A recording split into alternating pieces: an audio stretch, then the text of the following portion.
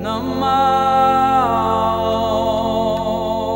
Vishnu Padaya Krishna Prastaya Bhutale Srimate Bhakti Vedanta Swamin Ite Namani. So in Bombay, it was a very sad day, one day, and that was on the 28th of September 1977. I got a phone call from Giriraj Swami, and that was at about 4:30 in the morning. And the most sad thing I heard from Giriraj Maharaj, he was crying on the phone, and he said, I want you to bring your big, in those days I had a big Dodge car. It was one of those huge cars, and the Americans used to make, where even you could sleep at the back. And he said, Prabhupada wants to leave his body. And I said, what? I never heard anybody say that somebody wants to leave his body. It sounded more like, he wanted to commit suicide or something. I said, what do you mean Prabhupada wants to leave his body? Where does he want to leave his body? He said he wants to go to Vrindavan, and he's leaving his body. He's going away. And we have to drop him at the station. But his body, because he hadn't eaten for nearly 6 months, he lived only on juice and charanamrit. So his body had depleted. There were hardly any muscles, and the bones and these veins were pressing, and it was very painful. So here was the person whom I had fought, then I had argued with. He was like a lion. He was a very, very fine debater. He could defeat anyone on the matter of philosophy. And then suddenly when I saw Prabhupada that morning, I saw that he was very, very thin, and it's like Krishna says in the Bhagavad Gita, he had withdrawn himself, like a tortoise withdraws himself. So this morning, that's 28th September 1977, Srila Prabhupada decided to leave, and so for the first time I cleaned my car, because I didn't want Prabhupada to sleep in an unclean car. My wife arranged a nice silk bedding, and we had flowers and incenses. I drove to the temple, and there several things happened. Number one, when Prabhupada was brought down from his quarters, it was in like a basket, a big basket, and reminded me of stories like Moses or Karna. They were brought in baskets and left in the river or something. And I could see, like, there were devotees crying, and they were all devastated is the only word I can say. Spiritually, they were very much feeling intensely separation which was going to take place from Prabhupada. And I was supposed to drive, and I felt like a cruel, a real cruel guy, taking away Prabhupada away from the devotees. But that was my duty, I had to do that. So I was in the front driving. Next to me was Brahmananda Swami. He was quite big, and next to him was Tamal Krishna Swami, who was Prabhupada's last secretary, and finally it was Giriraj Maharaj. 4 of us, it was such a huge big car, 4 people could sit in the front. There were no bucket seats in those days, and there was steering and the stick shift up in the steering wheel, and Prabhupada was resting at the back fully, and Upendra was his last servant. He was sitting down on the floor level of the car, and Prabhupada's luggage was behind. And Tamal Krishna Maharaj, like a school teacher, told me, drive very slowly. Don't drive fast, because in the Bombay roads there are potholes, and Prabhupada will be very uncomfortable. So I said, fine. So I just asked them, we are going to Bombay Central Station, and which train are we going to catch? Prabhupada's taking the Mathura Express. He was supposed to go to Vrindavan. So now, mind you, this was from 4:30 and till 8 o'clock I had not had any water or anything, and then 9 o'clock, and then this was quite hot. Prabhupada was in the car. We were driving very slowly. Upendra from the back told me, Prabhupada wants you to drive faster. So I said, okay, if Prabhupada wants me to drive faster, I'll drive fast. I had been a rally driver when I was young, and I could drive real fast.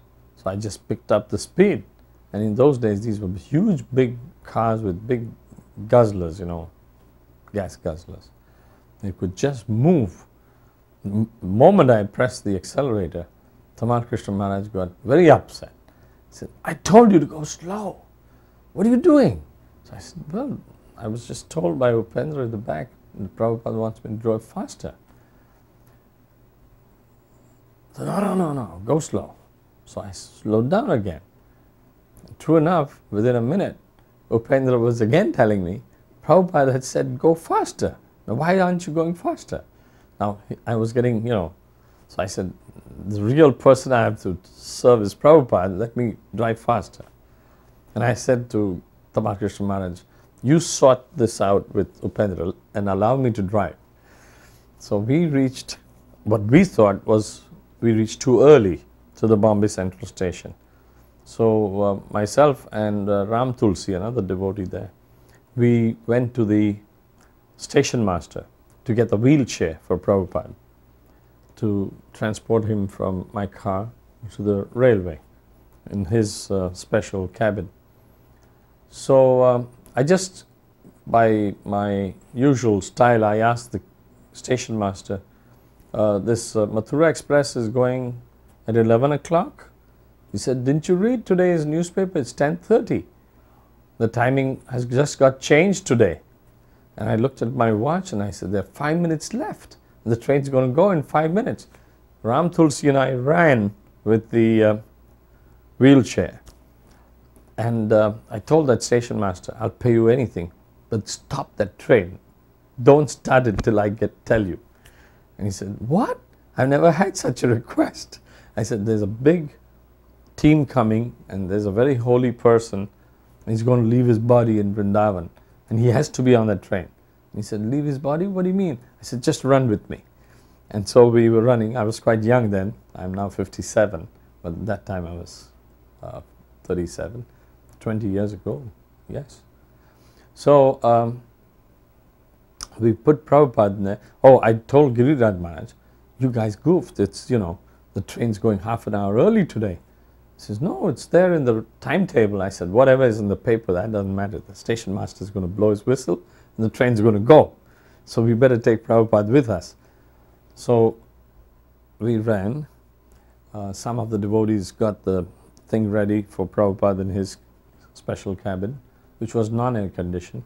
Should have been air conditioned cabin, but for some reason they booked non-air conditioned.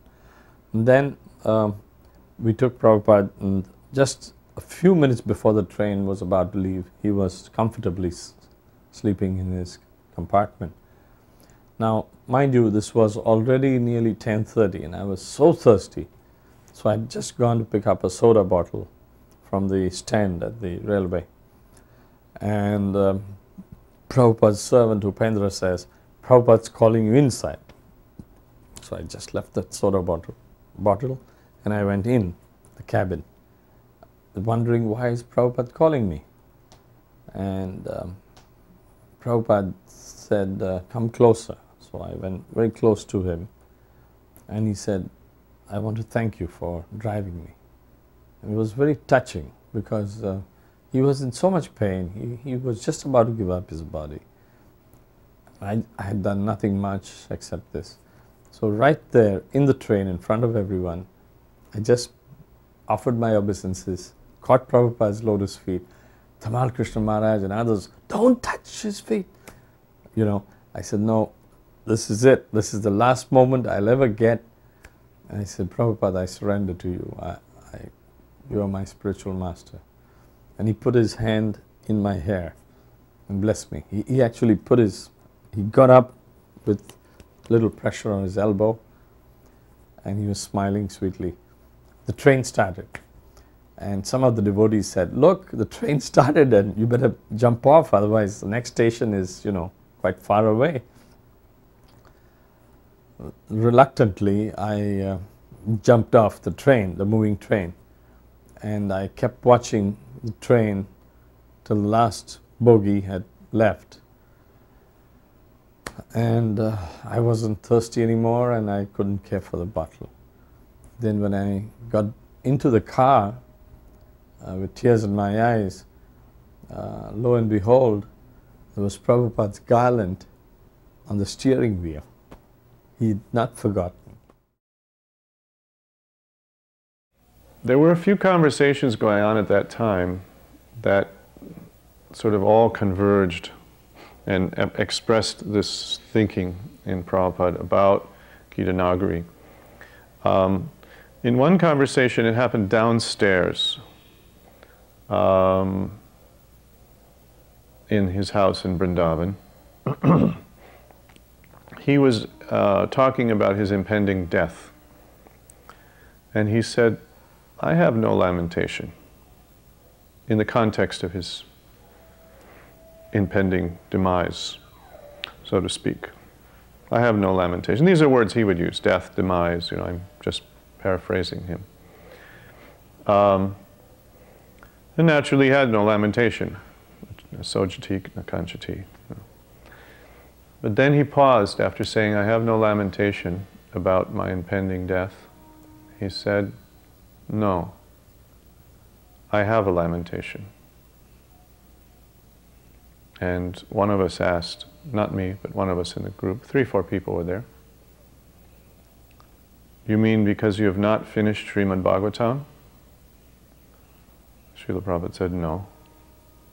That I have not established Varnashram.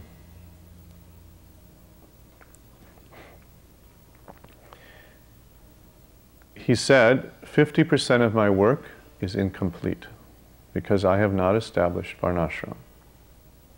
Now these 2 statements I heard in my own ears in Vrindavan. Then this thought kept coming up, what to do about this 50% of his incompleted work. It was in his mind. So he said on the roof on another conversation that I want to establish Varnashram. And I believe I asked him, how will you do that? It may have been Tamal, Krishna, it may have been someone else, but it represented what we were all thinking. So I had the impression that I asked him. That may not be hagiographically perfect, but I was certainly in that questioning mood as well. How will you do it? We asked him. And he said, I will go to Gita Nagari, I will sit down, and I will teach you how to live off the land. As simple as that. So when Prabhupada was leaving his body, and he wanted to go, to Gita Nagari, and help us in knowing how to do Varnashram Dharma. He stopped in England. By that time I was in Eastern Europe, and we had heard that Prabhupada was coming. So we dropped everything and we came to to the manor. So when Srila Prabhupada heard that I was around, he immediately told devotees to call for me. And by that time Prabhupada had practically stopped all bodily functions, and devotees were carrying him in the palanquin to have darshan. So when I came in, and it was, there was one devotee, there was Krishna Kshetra, and a devotee, he left his body, I think his name was Dwarkadish. He used to work in Hungary and Poland and those places. So we were all together, and Tamal Krishna Maharaj was there. So Tamal had already written me many wonderful letters telling me how that I should continue sending these letters to Prabhupada as he's sick, is giving him new life. That he was probably so happy to hear about the preaching, how his books were going into so many different places. And So I was writing reports about every 2 weeks. And I would be sending detailed reports. Who got the books, what was said, what was done. And Tamal would tell us how Prabhupada would hear this after taking lunch. And that after being garlanded and put chandan on him, and he would sit back and Tamal would tell me he would close his eyes and he would swoon, etc. So Tamal was eager for me to come in, for Prabhupada to see me. So interesting thing happened. I came in, I sat before Prabhupada's desk. And Prabhupada his voice was so weak. So he would call me, he would motion over to come closer. So then I came a little closer. And then he motioned for me to come around the desk. And then when I came around, Prabhupada started rubbing my head. And then he started like crying, you know. And then he embraced me. And then he said something which I didn't quite understand. But then what he said later, he says, your life is successful. And then I said, Prabhupada, we're only doing things because you are forcing us. Otherwise, how could we do anything? And then his voice became very strong, even though he was so weak. His body was so weak. He says, yes, and that is the parampara. My guru has forced me, and I am forcing you. And that is how things are going on. And it was so amazing.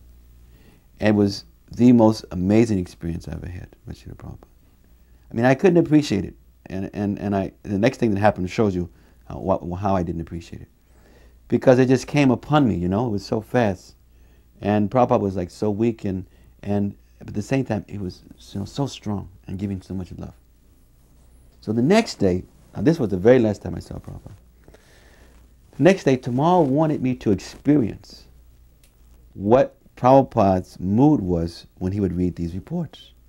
So he wanted me to physically come in and to read a report to Srila Prabhupada.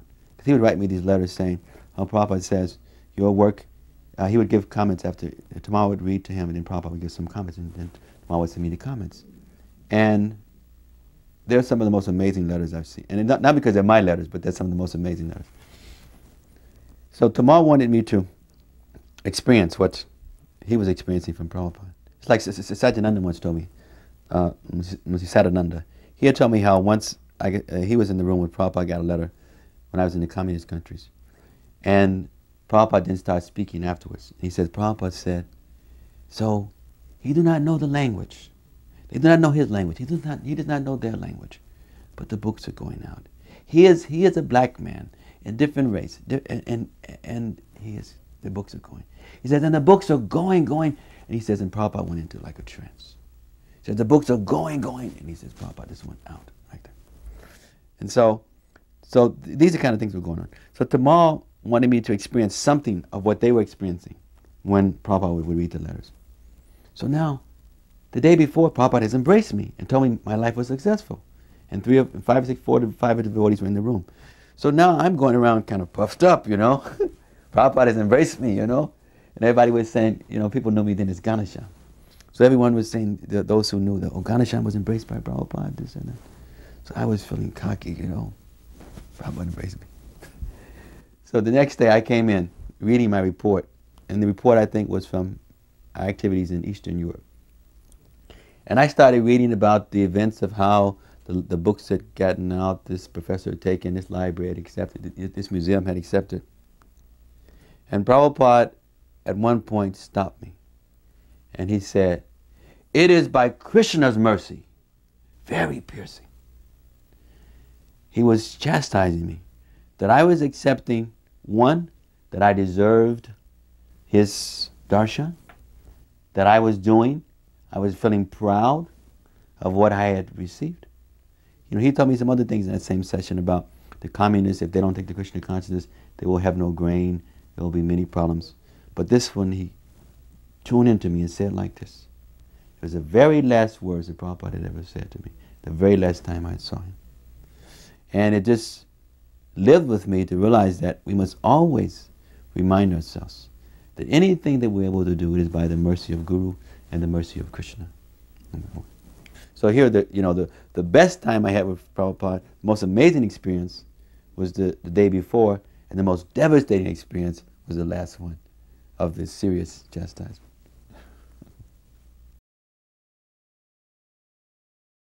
Well, Srila Prabhupada was, to our apparent limited vision, his health was deteriorating, and he requested that I come to India, to Vrindavan, to see him. So I just got married, and my wife was pregnant with my first son. So I couldn't leave, and we were living in a very remote part of Hawaii.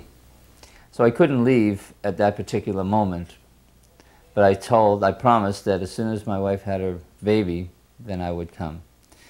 So time passed after my son arrived, and Shri Kirti came over to Maui from Oahu, and we flew off to India together.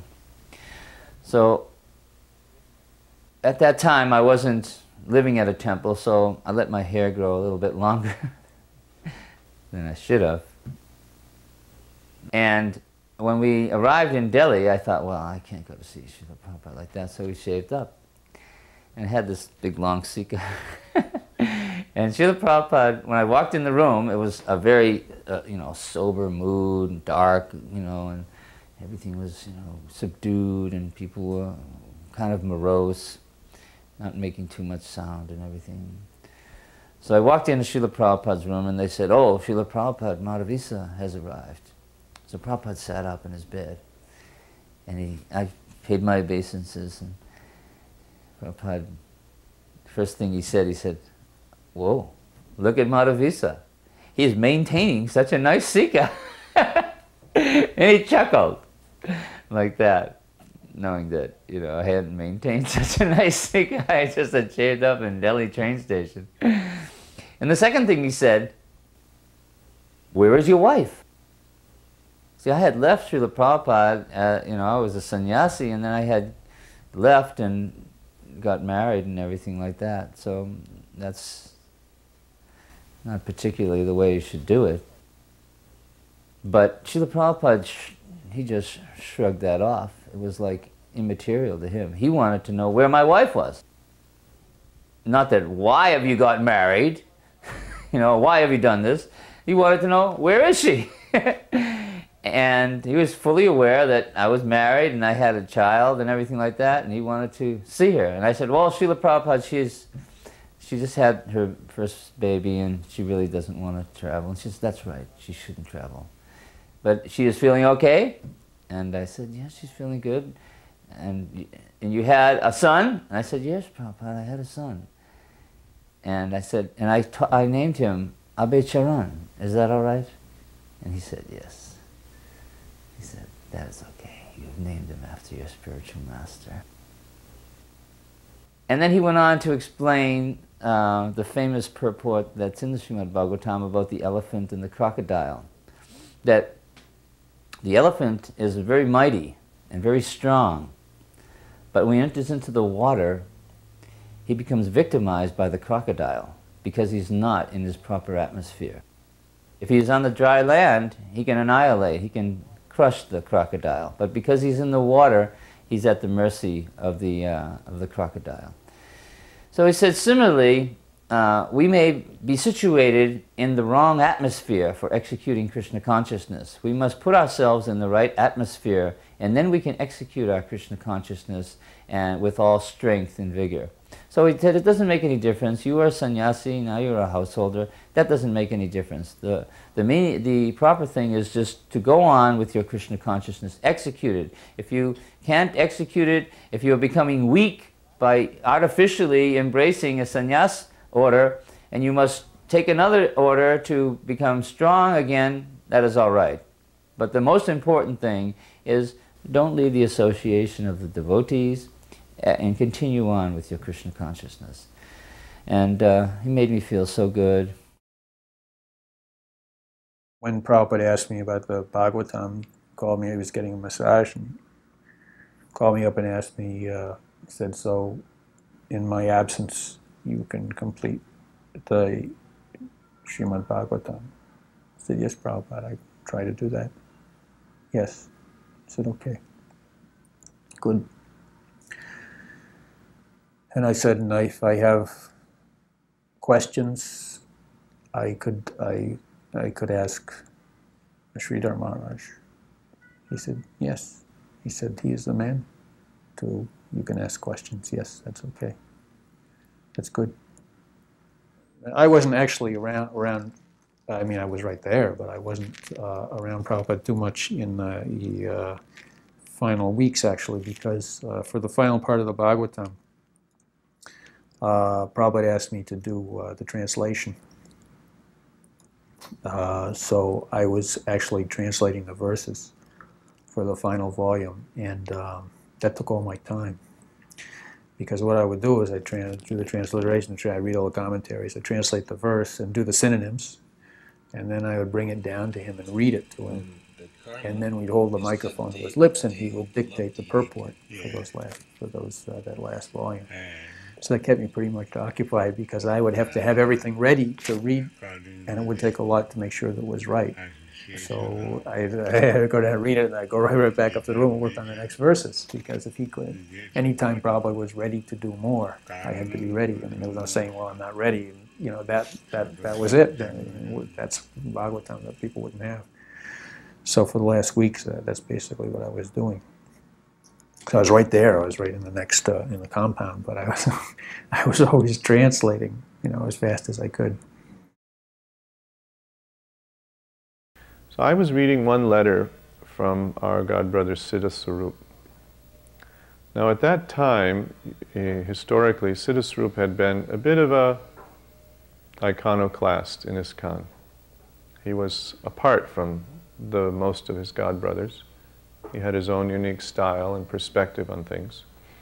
And in that exact time, he had really left again. He had come in and then left again and gone back to his own establishment in Hawaii. But of course he was a devotee of Prabhupada still. So he had written a get well card to Prabhupada, and I was reading it. Prabhupada was lying down, I was standing up, and the get well card said, Dear Srila Prabhupada, he said a variety of things, I'm praying for your health and this and that, but he came to one particular line where he said, I am a resident of Hawaii,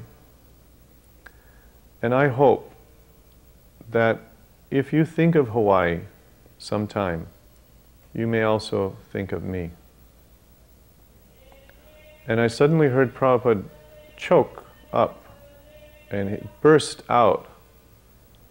I was looking at the card and I looked up at Prabhupada's face, and in that span of time, the tears had already come down halfway down his cheeks.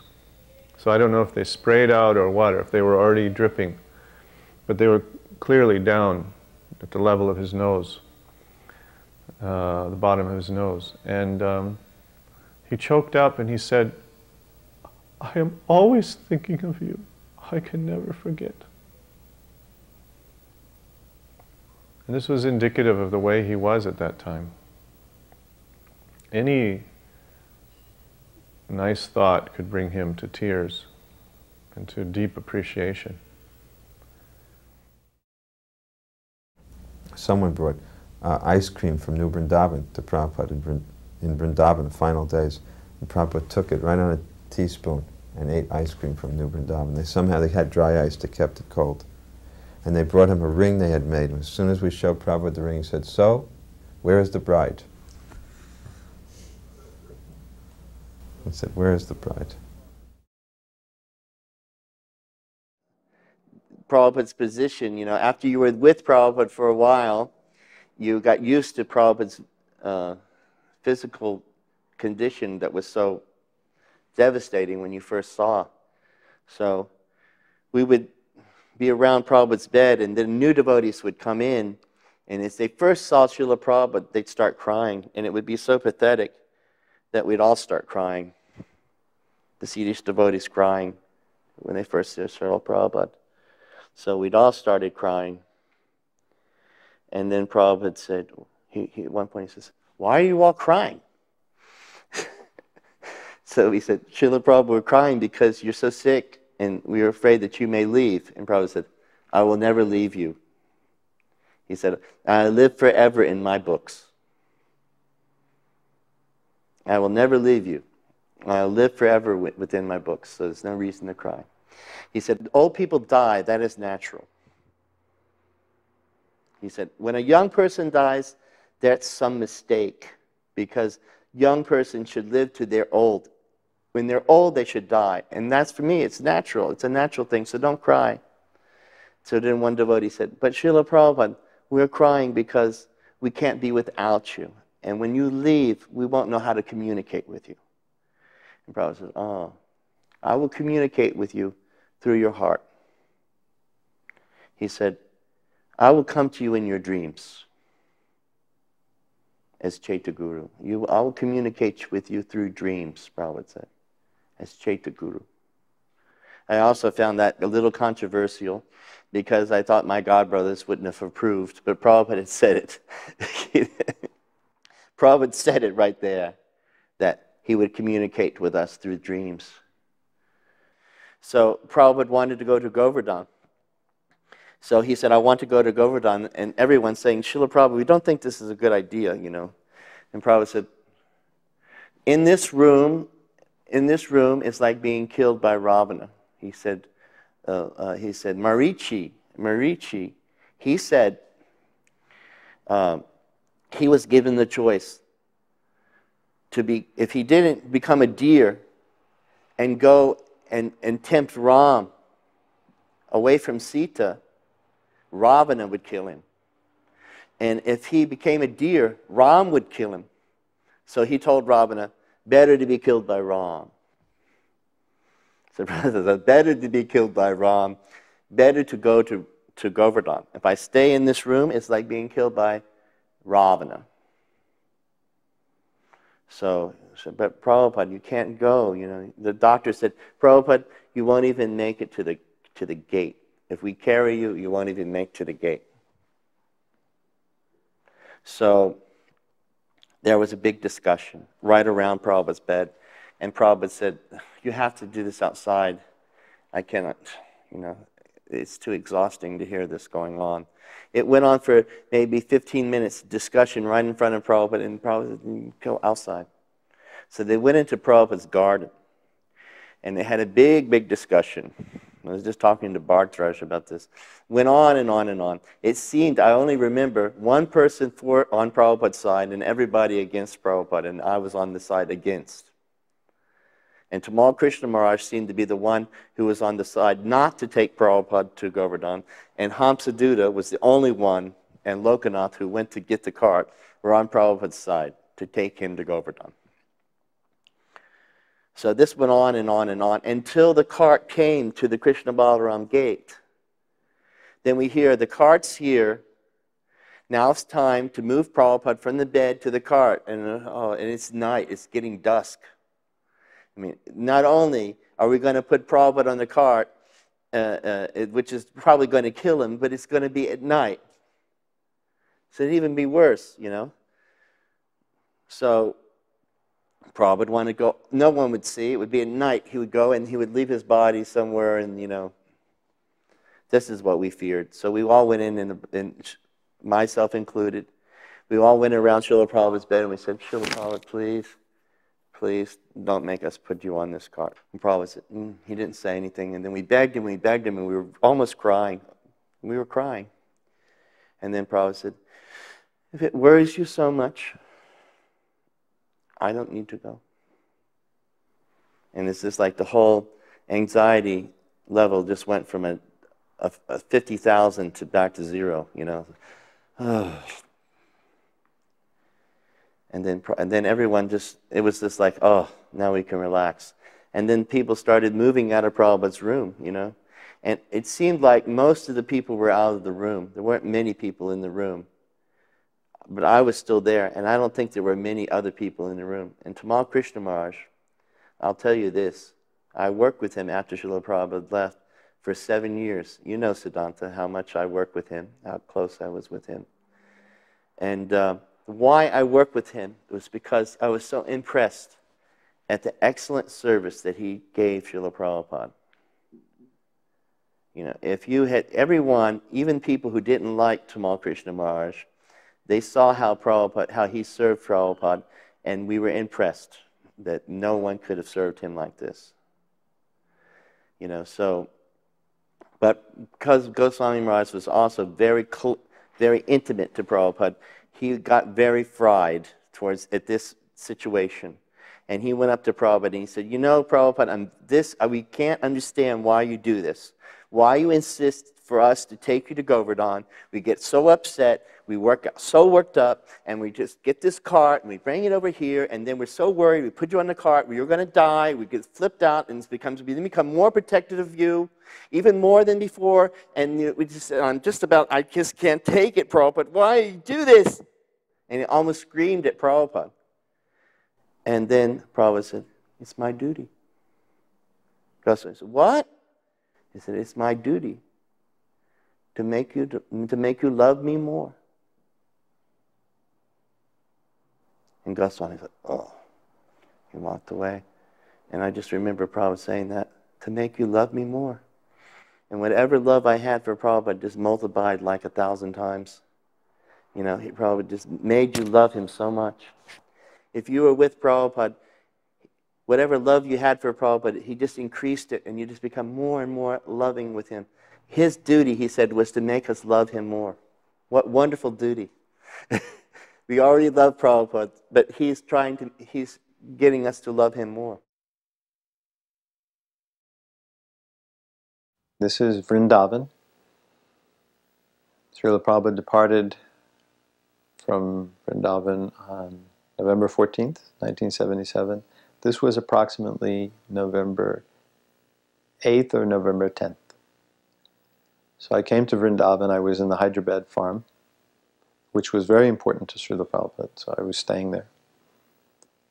But I heard that Srila Prabhupada was not feeling well and that it was a chance he might leave the world, so I went to see him. And came there, and I tried to be as inconspicuous as possible, not to disrupt the mood. The room was packed with devotees. Everyone was very quiet, and I could see Prabhupada's condition, and I was told about it. He really hadn't eaten for almost 6 months. It's a very important thing to understand Prabhupada's condition. He was lying in bed, emaciated, weighing maybe 70 pounds, if that much, drinking 1 spoon, 2 spoons of water, maybe eating a little bit. And as I was sitting there in the back, just listening to what was going on, and there was some kirtan. Kirtananda had come in and was offering Srila Prabhupada some strawberries, probably from New Vrindavan. So Srila Prabhupada asked, when Kirtananda offered him the strawberries, he says, what is the value of strawberries? And everyone was silent. No one knew what to say. So then several devotees kept on poking me. I'm kind of known as the walking encyclopedia. I like to study things. So they kept on poking me to say something. So I didn't want to intrude on Prabhupada. I was remaining quiet. But I spoke. I said, Srila Prabhupada, the value of strawberries is that they're very high in fructose, and that provides immediate energy. Because I knew Prabhupada wasn't so much into vitamins. So I talked about the value. Prabhupada's very pragmatic, even lying on his departure bed, not eating. He's concerned what would be the value of eating it. He's a pragmatic person. So the devotee next to him says, Tejiyas says that it, and he repeated it. And Prabhupada said, oh, Tejiyas is here. And Prabhupada said, how is the Hyderabad farm? So he's so cognizant. Always. I mean, even this state. And so I gave him a report that we're growing corn, rice, mung beans, like that. And as soon as I said corn, Prabhupada said, oh. He says, corn. You can grind the corn, and then there are big pieces, which you can boil with water, cook with water, like rice, it's called bhat. And the other, the fine powder, you make that together like a roti, and you cook that on the pan, the cooking pan. And he says, and the villagers, they very much like this. So here he was, from a physical point of view, starving. And what was he thinking? He was just thinking how we could make this corn in the most delicious way to make the villagers happy when they take prasadam. This is a person of unlimited compassion. I was amazed at Srila Prabhupada's being able to transcend his bodily condition. For example, I was there when, right near the end, and the Kaviraj, who they had flown up from Calcutta, one of the best. Prabhupada had a dream about this Kaviraj. And he was a really excellent Kaviraj. You could see he was dhira, he was a sober practitioner, very Brahminical like that, and very, very reverential to Prabhupada. And he was from the Sri Sampradaya, big white and red tilak. And one day he told, I got this second hand, from perhaps Hari Sori, but he says, you know, I had doubt that your Guru Maharaj was actually a Paramahams saint. But he said, I have assisted, thousands of people dying. And usually in this condition, when there's no more muscle and fat to cushion the nerves from being pressed against the bone, he said, people are in such agony that I have to administer morphine. And he says, your Guru Maharaj never manifests the slightest expression of pain. This was in Vrindavan, the end of October, early November 1977. Prabhupada was preparing to leave. And I was sitting on the side of his bed, massaging his arms. Other devotees were massaging his head and feet. And at one point, his body started going through some contortions that seemed like he was in great pain. So I asked Prabhupada, are you in pain, Prabhupada? If he answered yes, then I would try to do something. He looked at me like, what kind of a question is that? He said, no.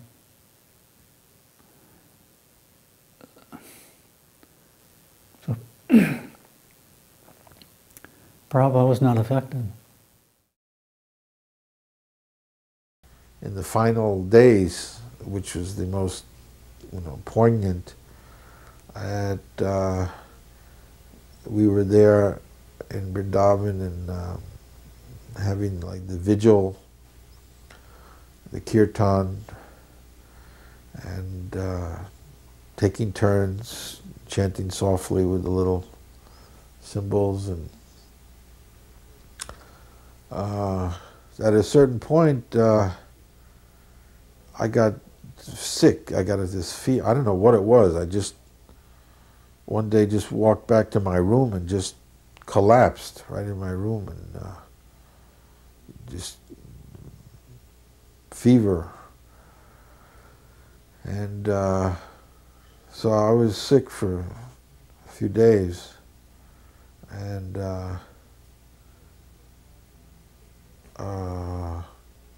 anyway, it took me about a week or so to recover, and then I was able to, when I got better, then I was able to again go and see Prabhupada. So when I came there, of course Prabhupada was just lying on his bed, and he was conversing with his servants, and sometimes he would ask who was having the kirtan. And so that particular day he asked, and they said, they mentioned my name, and then Prabhupada said, "Oh, Brahmananda," and then he made me call me, and then I came forward, and so he said, you were ill, you were not feeling well. I mean, here's Prabhupada, you know, just completely shriveled, and I mean, Prabhupada was not maybe feeling. I mean, when Prabhupada was concerned, I'm not feeling well.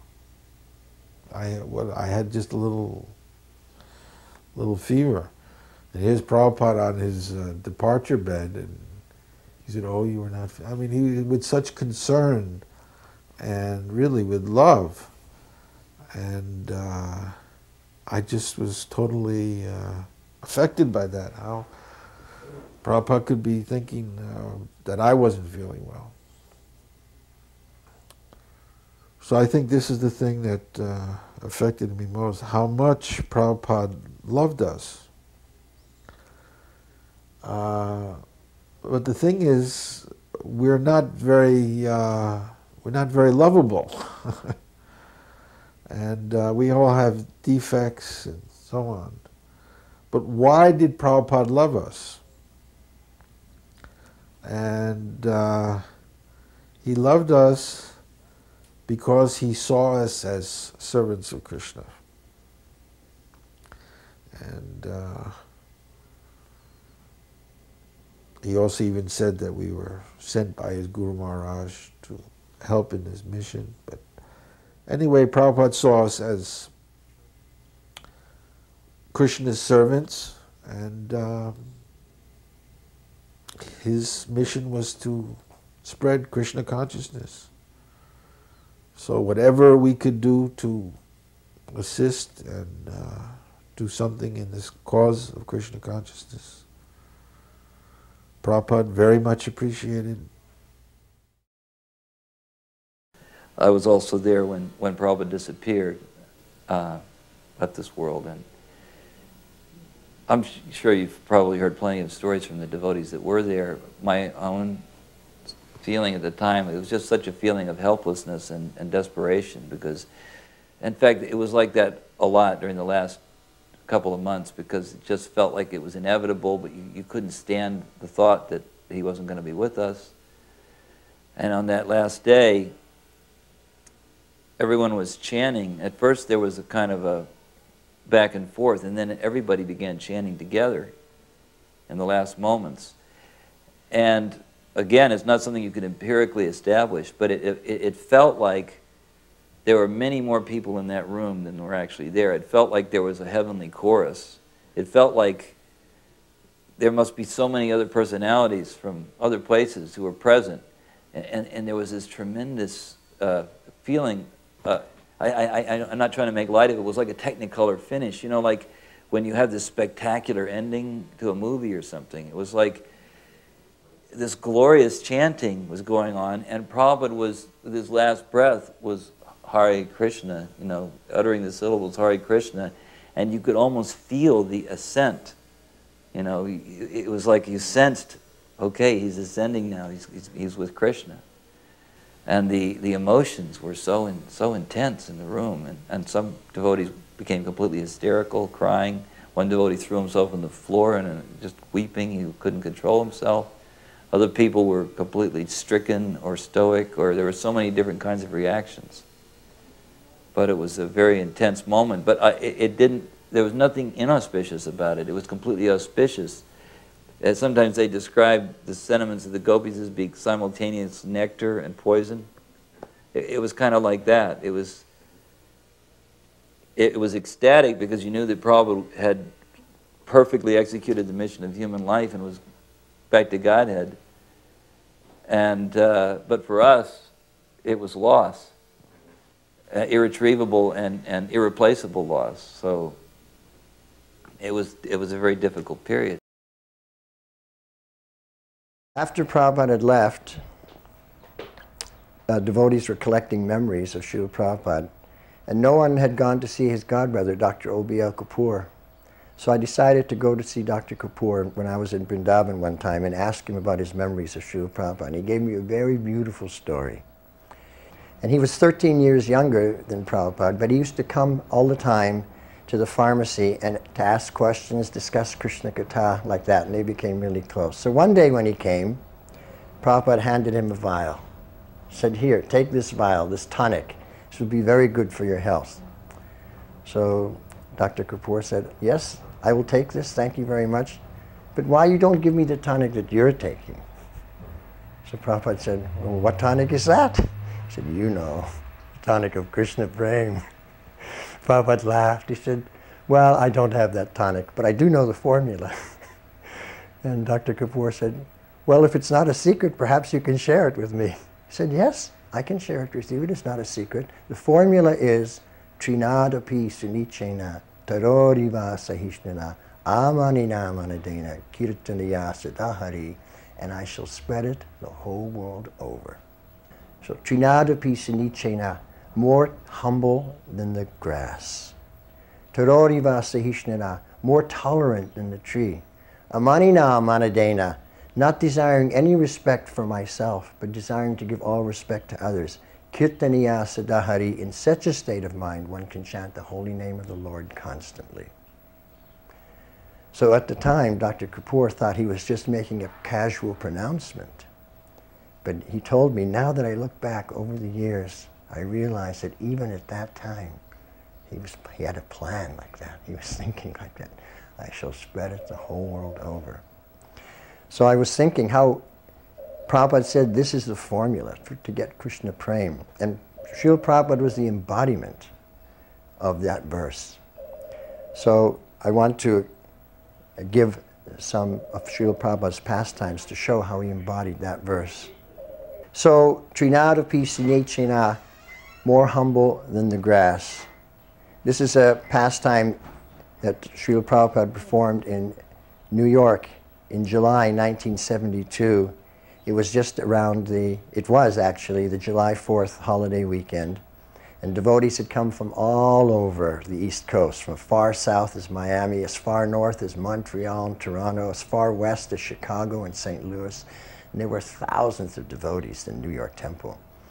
And then when Prabhupada was to leave, so many devotees drove him to the airport. And they went with him into the departure lounge. You could just see him to the last second. So the departure lounge was filled with devotees. Now the airport officials had a problem because there was no room for the passengers who were booked on the plane to come into the departure lounge. So one of the officials looked around and spotted Rabindra Sarup, who was kind of a tall person, and said and explained the situation to him and asked him if he could ask your people to kindly leave so that persons who are on the plane can come in to the departure lounge and to board their flight. So he said, okay. He could understood the situation and went and spoke to a couple of devotees, but no one was having any of that. I'm not leaving, no way. Then he realized that he's not going to get anywhere. Now Rupanuga had just taken sannyas in May of that year, so he was a new sannyasi and he was a GBC. So Rabindra approached Rupanuga and explained the situation to Rupanuga and asked him if he could take care of it. So Rupanuga immediately, okay, done. So he got up one of the chairs and he said, attention all devotees. We now have to leave the departure lounge to make room for the incoming passengers. So all devotees, please get up and leave the departure lounge. No one did anything. Everyone just sat there and looked at him, except for one person, Srila Prabhupada. He got up and started to walk out. And Rupanuga said, no, no, not you, Srila Prabhupada. He was so humble. When he heard that devotees should get up and leave, he got up to leave. And no one else did. So this is the symptom of humility, more humble than the grass. He was the only humble Vaishnava in that assembly. Taroriva Sihishnuna, more tolerant than the tree. This pastime took place in 1975 when Prabhupada was going for the first time to South Africa after he had been in Kenya. And he was flying on the plane, and on that plane was the South African football team who had just played in Kenya. So they were a rowdy bunch, and they'd won the match, and they were kind of, you know, happy and upbeat. So after the plane took off, the stewardesses came around, they were serving drinks, and these guys were taking their drinks and getting a little high and a little rowdy, lighting up cigarettes. Now, it's a non-smoking cabin that they were in. So Pushta Krishna, who was Prabhupada's secretary, was sitting next to Prabhupada, Pushta Krishna Maharaj at that time. He got a little disturbed. This is not very nice. Why Prabhupada should be subjected to this? So he pressed the call button to call for the stewardess. And she came and he explained very nicely, this is the non-smoking area, you know, and could you please ask them to extinguish their cigarettes? So she agreed. She asked these football players to extinguish their cigarettes, which they did do. Then she left. But after a few minutes, they lit up again because they were really drunk. So now, Pushta Krishna could see that he wasn't going to get anywhere with the stewardess. So he decided he was going to take matters into his own hands. So he got up and he was going to get heavy with these guys. And Srila Prabhupada said, oh, where you were going? She said, well, they're smoking, Srila Prabhupada. Sit down. And then Srila Prabhupada looked him right in the eye and said, what is the difference between us and them if we cannot tolerate? So Prabhupada tolerated the cigarette smoke and the rowdiness and everything. He was undisturbed. And he said, what is the difference between us and them if we cannot tolerate? So the pure devotee, the Vaishnava, he exemplifies this. Tarori Vasahishnira, more tolerant than the tree. And then amanina manadena, not desiring any respect for himself or any honor, but desiring to give all respect and honor to others. So pastime, this was just end of 1975 and 76, I think it was January 76. I had arrived in Bombay December 75. And at that time, the Bombay temple was just a hole in the ground with the foundation. And Prabhupada's rooms at that time was back at the property, which are now the BBT building. So Prabhupada had come early January 76, I believe, sometime in January. And he wanted to really get this project moving. So the next morning after breakfast prasadam, he had a big meeting in his rooms with all the people who were involved in doing this project, and the sannyasi, the GBC temple president, all the people, everybody. So they're in the room having this big important meeting. Then up the stairs comes the cleaning lady, a Bungi lady from the Bungi colony, not far from the temple. And she has her little balti, the wooden bucket, and her daru, the straw broom, because she comes up every day and cleans the rooms. So she comes up to the top of the landing, and the door is slightly ajar. So she looks through and she sees Prabhupada there speaking, and all, you know, all the devotees and the architects and the contractors and everything. So she can't go in, but she can't not do her service. She can't go down and forget about it because that 1 rupee feeds her children. She needs it, so she doesn't know what to do. So she's just standing there. Meanwhile, Prabhupada's speaking, and as he turns his head to the right, he sees through the door that's ajar, he sees the cleaning lady standing there. So immediately he stops the discussion. He says, now we have to stop. The cleaning lady has come. When it's her time to clean, then she's the authority here. Everyone has their area of authority. And when it's her time to clean, she's the authority. So we have to get up and leave. So they got up and leave. So the Jagat Guru recognized the authority of that cleaning lady. Amanina amanadena, giving all respect to others and not desiring any for himself. In this way, Kirtaniya Sadahari, one is able to chant the holy name of the Lord constantly, which we always saw. Srila Prabhupada always chanting the holy name of the Lord constantly. So here we see that Prabhupada was the embodiment, the personification of that verse, which he said many years back, he had explained to his godbrother that this was the formula to get Krishna prema. And he would spread it the whole world over, and he was the embodiment of that.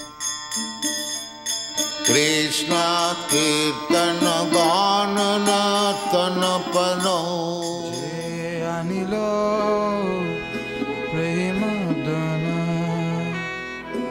Koruna Prachu